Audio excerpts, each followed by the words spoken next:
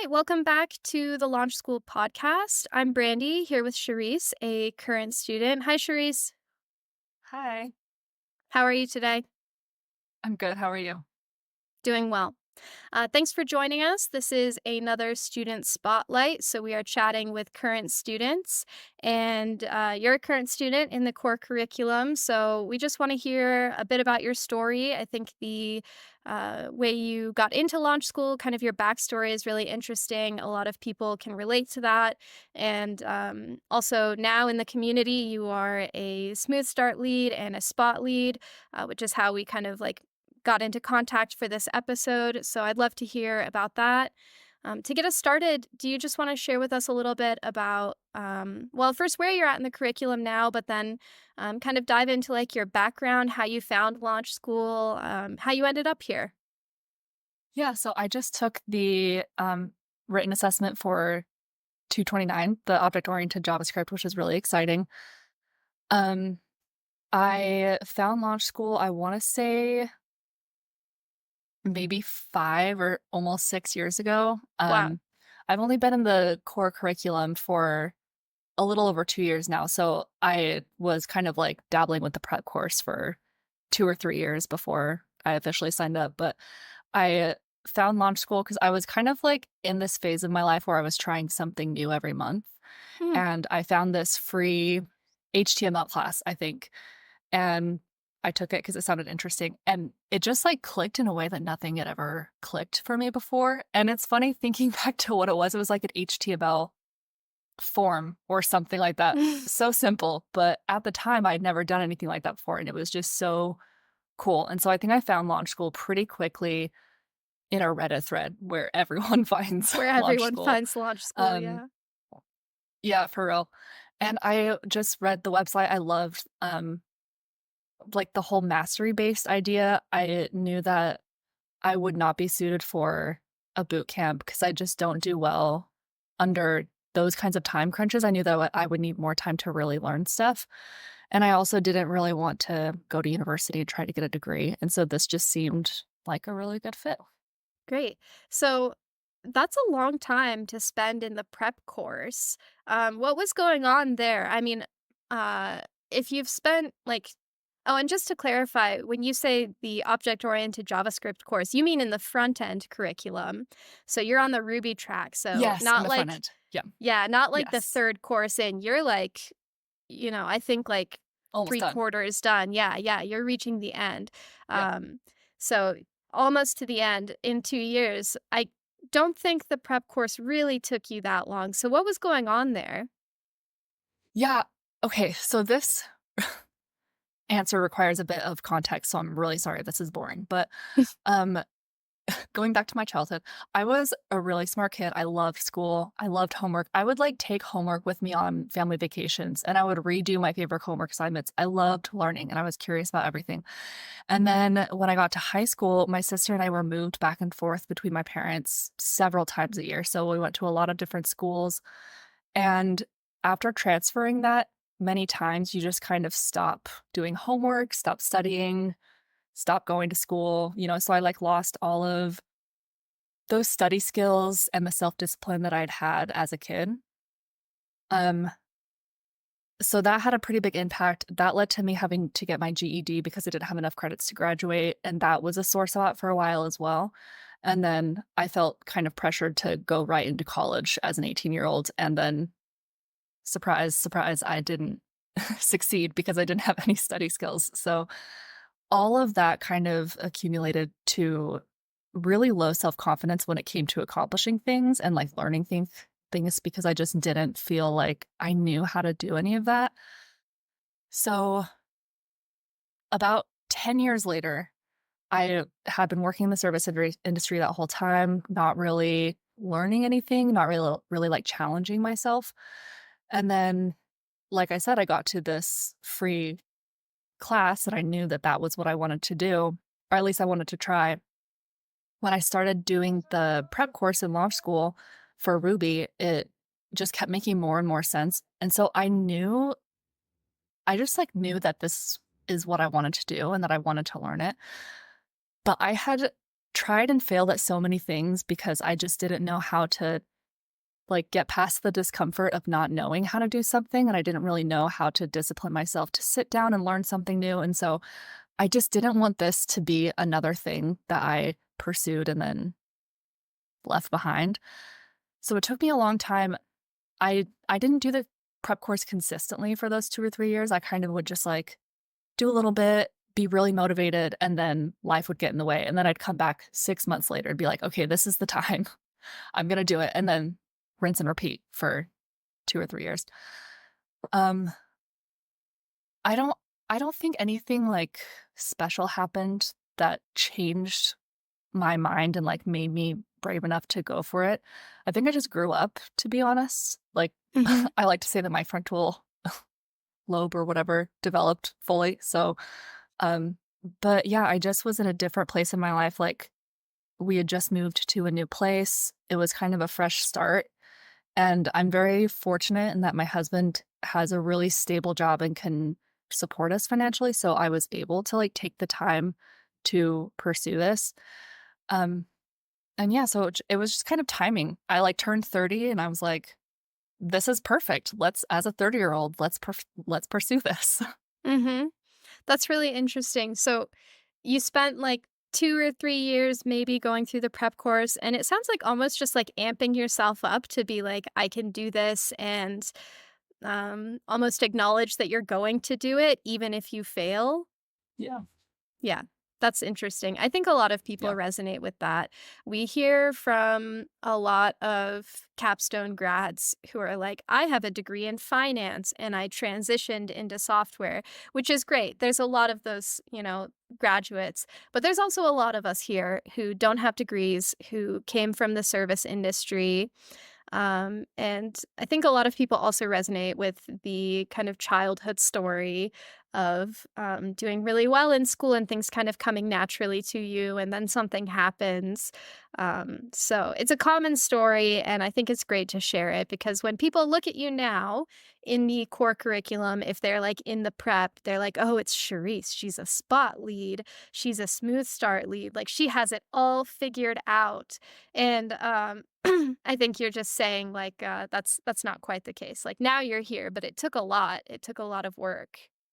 Yeah, Mhm. definitely. Yeah. So um it sounds like a lot of the hurdle was kind of before you began launch school. Like you spend a lot of time ramping up and like mentally preparing. So then what happened when you did start? Like was there a struggle there? Was there a learning curve? How were the first few courses for you? It was definitely a struggle. It I don't know, it was just, like, a lot of things that I was struggling with. I, of course, was trying to figure out mainly just how to learn.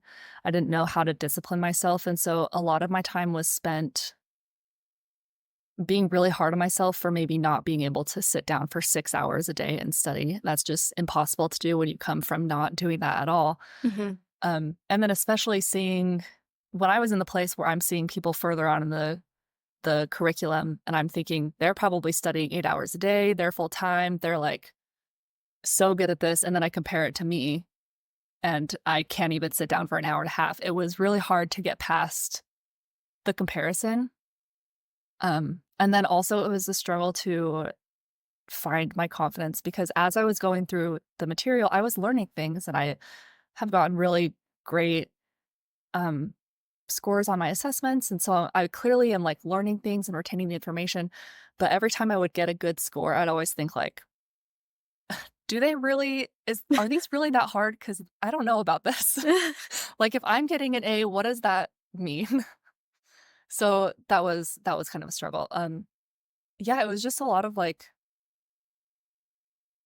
I don't know, just learning my discipline, figuring out what study methods worked for me and how to break up the time to, like, maximize my day, I guess, and also to just learn to not hold myself to an unrealistic standard. Mhm. Yeah, and you were succeeding, like, getting A's on your assessment, but you were still kind of like, "Yeah, but what's really going on? Like, am I really Yeah, learning this? Did yeah, was someone sleeping on the job when they gave me this grade?" Um, so I guess it took some time for you to, like, be convinced that you were proficient and, doing a good job in retaining information. Were you kind of, like, isolated at the beginning, or did you start off right away with, like, study buddies and being involved in the community? It was I honestly don't remember 100%, but I do remember not really finding out about this spot and, like, student-led study sessions until maybe RB 120, so the second course, because at the time I was in the course when it was, the first course was not split, so it was the Mhm. deprecated one. And that first course, I did have one consistent study buddy, and we'd actually met through a Facebook group that we were both in, and we were Mm. both like, "Oh my gosh, you're in launch school, that's crazy," and we were in the exact same the exact same page of the exact same lesson, so we just kind of, like, studied together for that whole point. Um, Other than her, though, it was pretty isolating. I was just by myself for most of the time, and then it wasn't until I got to 120 that I started going to study groups, and even then, it was still a bit of a struggle to do that because a side effect from, my whole high school experience going back and forth between all these schools is I kind of lost all of my social skills, and so I was really uncomfortable talking to new people, and I didn't know how to be normal and not awkward, which I think still comes through a lot of times when I lead spot sessions and probably right now, but, it was a big step to even just go to those study sessions, but it took me a long time to get up the courage to actually talk to people one-on-one and start studying with people outside of, like, a spot session. Mhm. Yeah, that's interesting. Everyone's just trying to be normal here. I think we're all like, I know. software, first of all, just like attracts a bunch of weirdos, but also like this mastery based learning thing. It's true. I always say that like no one here is too cool for school. Everyone is like super nerdy and into some like weird side quest things that are super obscure. Totally. Um, but that's a big change. So you came in a bit isolated. You had kind of a study buddy, but a bit nervous to be heard, it seems like. Kind of Yeah. like nervous to even speak, and then maybe on top of that, like nervous if what you have to say is worth hearing. But now you're a spot lead and a smooth start lead, so you're being heard all the time. How did that happen? Yeah. I think that I had gone to a study session and one of the spot leads had just recommended becoming a spot lead, and they, mentioned all of the benefits with, like, the working on the soft skills and the fact that it really helps to solidify concepts because you're now teaching it kind of in a way. So that was my main motivation, is that I just wanted to make sure I was really learning this stuff because I still didn't trust that I was. Um, and yeah, I don't know, it was tricky at first because people would ask me a question, and if I didn't know the answer, that would be really hard because I was already kind of not super confident. And so if somebody earlier on in the course or in the curriculum was asking me a question and I didn't know the answer to it, and I should because I'm further ahead, that was kind of like a blow to my ego a lot. So I had to get over that. Um, but eventually I did. Eventually Mhm. it worked. Are you comfortable with that now when someone asks you a question that you don't know? Definitely. Yeah. Before I was just so embarrassed having to say that I don't know, but now I'm like, I'm just a student like you. I don't know everything, but I'll look it up and I, Mhm, will send them the answer. mhm, But yeah, I'm a lot more comfortable mhm, saying I just don't know something. mhm. Yeah, and a lot of the, like, mastery-based learning, I mean, it's not memorization, right? So we forget these things, and I think one of the Yeah. big differences is even if a student doesn't know something and you don't know something, you're able to demonstrate how you figure it out. You're like, "Oh, well, let's just write up some code and figure out Yeah. this thing about instance variables," and they're like, "Whoa." So neither of you knew, but you have the skills Yeah. to figure it out on the spot in a way, or you're a really good Googler, right? Yeah. Yeah. So that was kind of a journey of growth. Now you're a lot more comfortable. Has that being a spot lead, has that changed your confidence outside of launch school? Like, you're obviously a lot more confident now. I mean, you just took an assessment, I think, like 3 hours ago or something, right? We should mention that a few hours before Yeah. this interview, Yeah, you it was just like 5 took, hours ago, but yeah, yeah. like a 3 hour assessment. So you're just, cruising through. Has that changed your life outside of launch school? It has. I do feel that I'm a lot more confident, not just as a student, but, like, as a person. I think because I've I've shown myself that I can work through tough things, and I'm, like, capable of learning software engineering, which just sounds, like, impossible. Just sounds like something I would never be able to learn, but I am learning it, and I'm doing fairly well, if I do say so myself. Um, but, yeah, I mean, the launch school is very much like a roller coaster of discomfort where you get to a course and you feel so uncomfortable because you have no idea what it's talking about. And you just go through this whole period of like not knowing, and it's really uncomfortable and no one likes to do it. But eventually you get to like, you understand more and more. And then you get to the high part where you're like, I know everything. I'm going to take this assessment. Probably you pass. And then you go to the next course and then you're back down in the discomfort again. That was really hard to work through in the beginning, but after doing this for so long and going through so many courses, I feel so much more comfortable with not knowing things. I can work through that discomfort, and that's really changed the way I go about life and also, like, hobbies. For example, I love to sew, but before I would just, like, blindly sew things together because I just didn't really have the discipline to actually learn. But now I can sit down and actually learn what a pattern is saying, what it means, all that stuff, and I can, like, make actual garments. Mm. So just the accomplishments from all of these little things add up, and they really change how you feel about yourself. Hmm.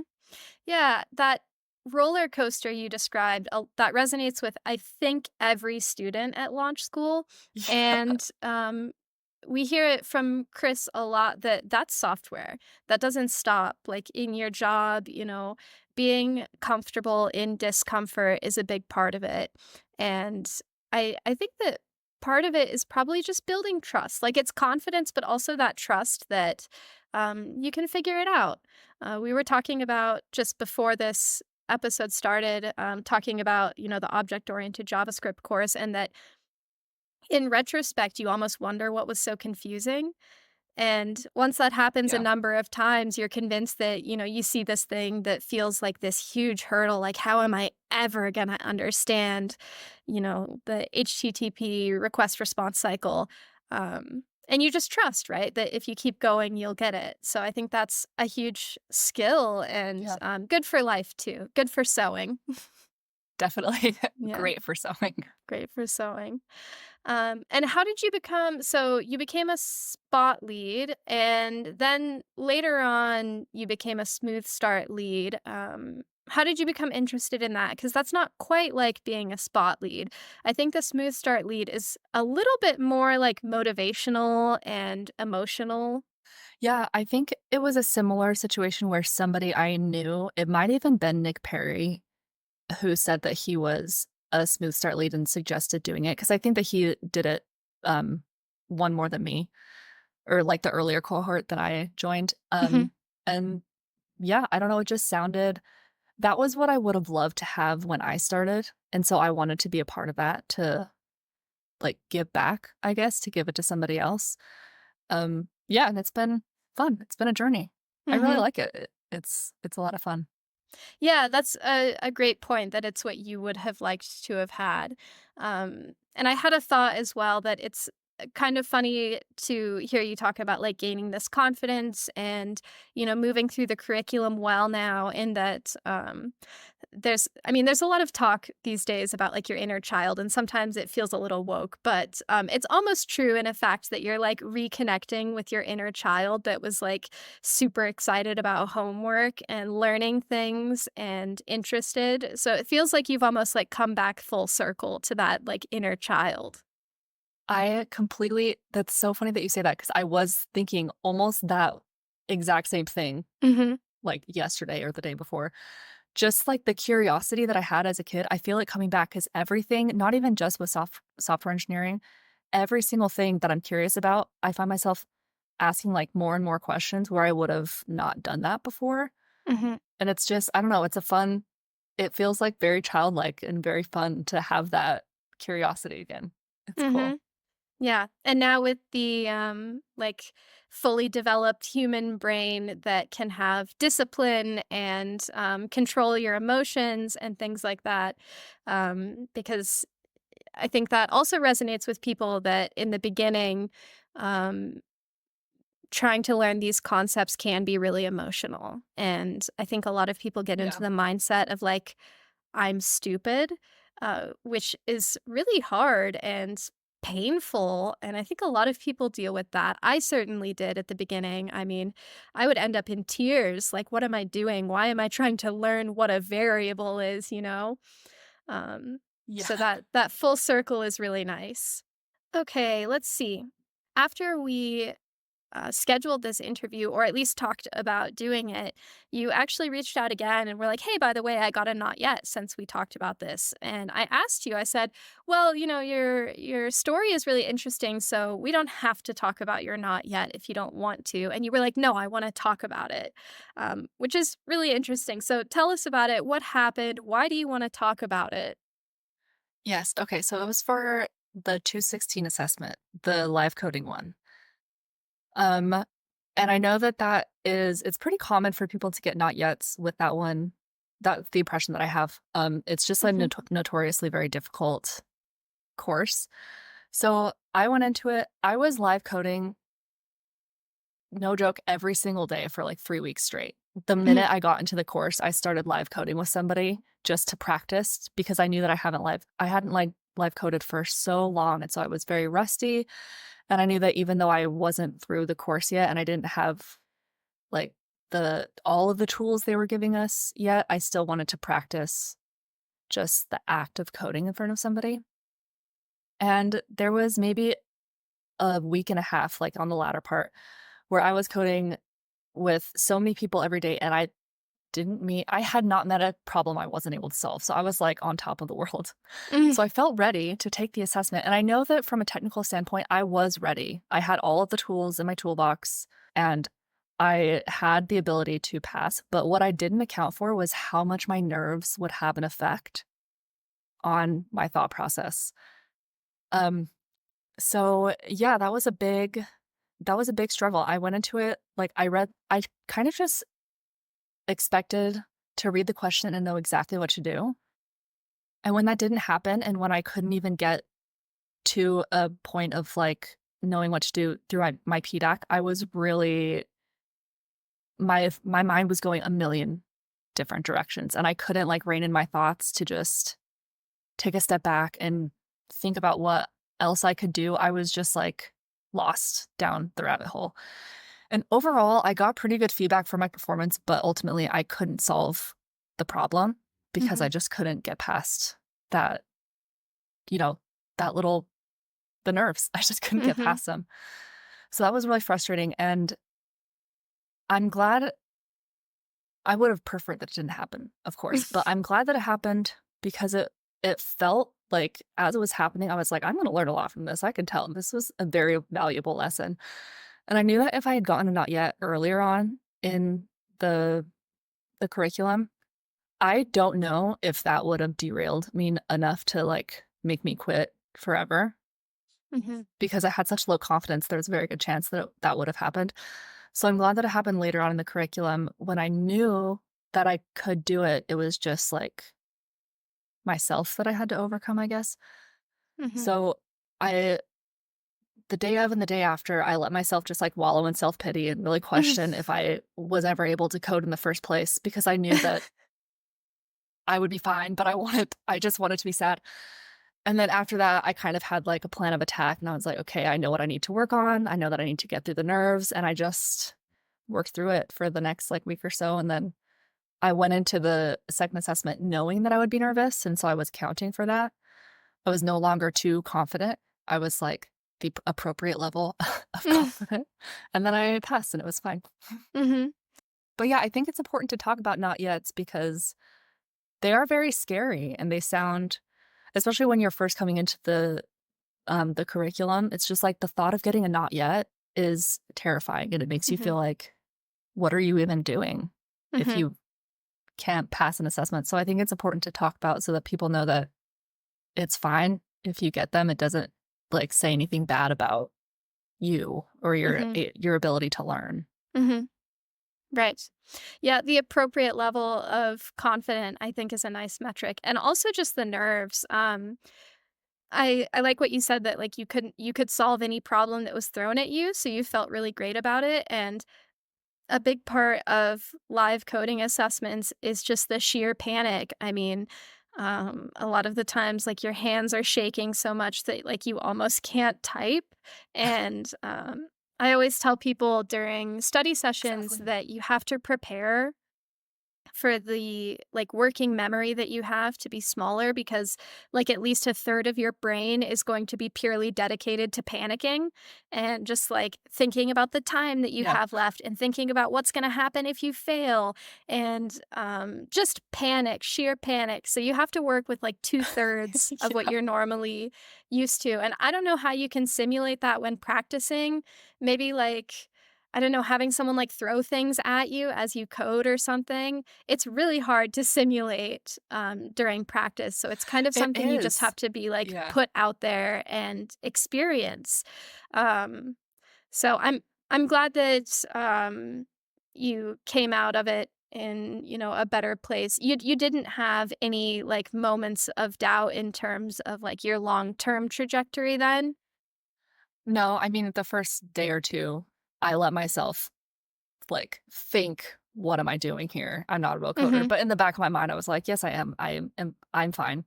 But Yeah, no real thoughts of, like, quitting in the long yeah. term. Yeah. It's nice to let yourself be sad too, right? It's Exactly. Yeah. a s a crappy thing to happen. It's disappointing no matter how you spin it. So it's nice to give yourself that space, but then to, get back up on the horse and go at it again. Yeah. Um, but it's interesting to hear you say too that, like, at the beginning, that might have just derailed you because you were, um a bit fragile maybe in terms of, like, trying out this thing and knowing if you could do it. Our interview with Nick Perry, actually, that kind of happened to him in the beginning, and I think you guys probably relate in your stories. He wasn't, a very good student, and so, he overcame that in the beginning, and I think that you would have too. Um but I'm glad that, it happened now and, that you felt okay the whole time. I think it's also good practice. I was talking to someone the other day about getting a not yet on the 216, and I was telling them that, well, there's during the job hunt in Capstone, you get a lot of rejection. There's a lot of, what feels like failure. I don't think it is failure, but it feels a lot like that. So it's almost a good dry run, right? Of Yeah. feeling that down and then coming out on the other end, being like, okay, well, what do I do to move forward? How do I change? Do I need to change things? That type of thing. Yeah, and I feel like now I'm sure I will, you know, I'm sure I'll be in a situation where I'm in an interview and they're asking me to live code and I just like you said, I'll only have 2/3 of my brain available and I won't be able to solve it. And now that I've had this experience, I'm comfortable saying, like, I kind of know how it feels to get to the point where I don't know where to go from there. And I am comfortable now saying, like, I honestly don't really know where to go with this problem. And I think that that's important rather than like trying to stumble through it. I just wanna be honest, and even if that has a negative effect in me not getting the job, I just would rather do that, and so now that I have that experience, I feel more prepared. Mhm. Yeah. Yeah, and also doing the best you can with the time you have, right? Not getting Yeah, emotional about it in a sense, not all yeah, doomsday. Um, Speaking of yeah. capstone, what are your plans? Is capstone on your radar? It's definitely on my radar. I would love to make the July deadline. I have some life things coming up that I know might maybe, like, prolong my progress or maybe I won't be able to move through the latter part of the front end as fast as I want to. So I know I might not make the July deadline, but that's still my goal. Um, Ultimately, I definitely want to do capstone, whether it's the fall cohort or the January cohort. I'm definitely gonna do capstone. Yeah. Mhm. Great. Does it feel a bit surreal to think about yourself in capstone, looking for a job as a software engineer? Yeah, almost like fake. Like, is that actually gonna happen? I don't know. And it's funny because, I a while ago, maybe like a year ago, I don't know, just earlier on in my journey, I would think about capstone and I would tell myself, "I don't need to do it." Like, I'm fine without it because, you know, this reason, that reason, whatever, and it just wasn't really a goal of mine, but I in hindsight, I know that was mostly just, like, I was just afraid of doing something that difficult because it is obviously very difficult, Mhm. and I just didn't know if I had it in me, but as I've made my way through the curriculum and I know what I'm capable of, I know that I can do it, and I think it would be amazing to have that accomplishment and just to, like, show myself that I can do really difficult things. Um, but yeah, just thinking about how close I am is bizarre. The fact that I used to be the person in the spa sessions in the front end, people in the back end or sorry, in the back end and people in the front end or the later courses are leading the spa session. And I would just like see that JS210 or whatever next to their name and think, they're so far ahead. I don't know. I can't even imagine getting that far. And now the roles are reversed and I'm that person. And people Mhm. probably think that I have everything together and I know what I'm doing. And it's just crazy to be on the other side. It's really Mhm. cool and, um, empowering, but it's just I don't know, it's nuts. Yeah, that's great. And, do you have any advice for those people? You've traded shoes with them a little bit, and you talked about smooth start is the thing that you wish you had. What do you wish someone had told you, especially someone coming from, your situation, your type of situation with low confidence and a lot of uncertainty, hesitation? That's so hard. I feel like something I would say is just, like I said earlier, don't compare yourself to other people. You should really only compare yourself to yourself, yesterday or the day before or whatever, but you just never know what somebody else's situation is, and I would always assume that everyone else around me who is, like, going to the next course or posting really interesting questions in Slack, I just had this idea in my mind that they were all full-time students, they were, like, so good at everything, and I was just not up to par, Mhm. but that's just not the case, and so many people that I've met now are in such similar situations where they also feel that way, and so it's like we're all feeling that way, but no one's saying anything, and so we all think that everyone else is perfect and we're the outcasts. Mhm. So that's like my main piece of advice is just don't compare your journey to anybody else's because you just don't know what their situation is. And then something I wish I would have thought of doing early on is just like treating every day as a new day. I know that sounds silly, but with studying with me specifically, if I had a really bad day the day before, I would like feel like I had to get a certain amount of hours the next day. And then if I don't meet that, it's a bad study day and that kind of, like it just like carries over day by day. And so I've started to treat every day as just its own thing. Like Mhm. I reach for a certain amount of study hours today. If I meet it, great. If I don't, great. It's not going to affect how I study tomorrow. Mhm. And that's really helped because if you let it affect you in a negative way, then it gets harder and harder to motivate yourself and like get back on the study train, I guess. So yeah, that's something I wish I had started doing a lot Mhm. earlier.